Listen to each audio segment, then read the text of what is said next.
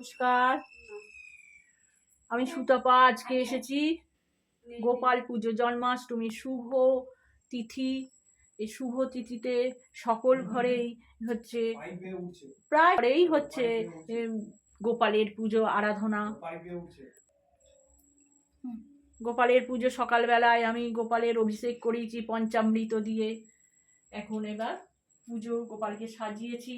এই আমার ছেলে এত ফুল কিনে নিয়ে এসছে কলকাতা থেকে, হাওড়া থেকে গিয়ে এই সাজানো হয়েছে। এবার গোপালের পুজোয় বসেছি। সমস্ত ভোগ আনন্দ করে সমস্ত করেছি। এই যে নাড়ু দেখছেন, এই সাদা নাড়ু, এই সাদা নাড়ু সবাই সাদা নাড়ু করতে পারে না, চিনির নাড়ু। এটা চিনির নাড়ু করতে গিয়ে অধিকাংশ মানুষেরই লাল হয়ে যায়, কিন্তু এটা সাদা, তার কৌশল আছে। পরে আমি আপনারা থাকবেন আমার সঙ্গে, আমি বলে দেব কি করে এই সাদা নাড়ু করা যায়। কাঠ ভাজা গোপালের, আর মুড়ির নাড়ু, নারকেল নাড়ু, তিলের নাড়ু, গুড়ের নাড়ু, গোপালের প্রিয় জিনিস যে সমস্ত চকলেট, মাখন, ক্ষীর, ছানা, মালপোয়া, তালের নাড়ু, তালের ফুলুরি, নারকেল নাড়ু, গোপালের প্রিয় যেগুলো যতটা পেরেছি আমি সাধ্য অনুযায়ী করেছি। গোপালের ভোগ বেড়ে দেওয়া হয়েছে, এই যে ওইটা গোপালের ভোগ। ওখানে গোপালের হয়েছে 5 রকম ভাজা, নারকেল দিয়ে ডাল, ছোলার ডাল নারকেল দিয়ে, আলুর দম, সুজির পায়েস, ক্ষীর, ঘরে থেকে নেই, আর কাজু, আমসত্ত্ব, খেজুর দিয়ে চাটনি, টমেটো এইসব দিয়ে চাটনি আচ্ছা। এবার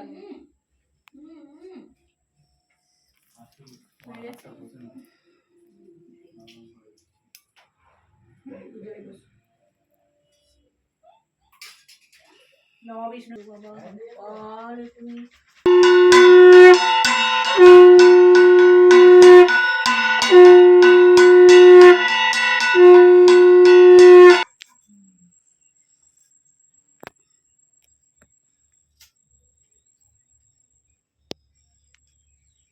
আশা দিকেও তুলবে না কেন? সবাই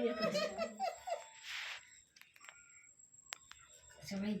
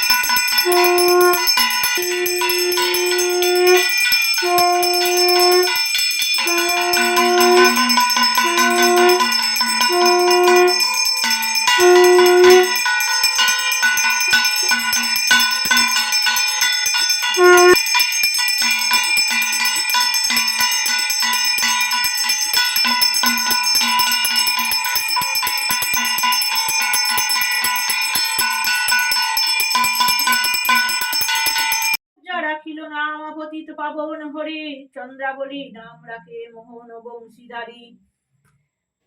ছিল নাম অন্ত নাহি পাইয়া, কৃষ্ণ নাম রাখে খড়গ ধ্যানেতে জাগিয়া, কম্বুমুনি নাম রাখে দেব সকৃপানি, বনমালী নাম রাখে বনের হরিণী।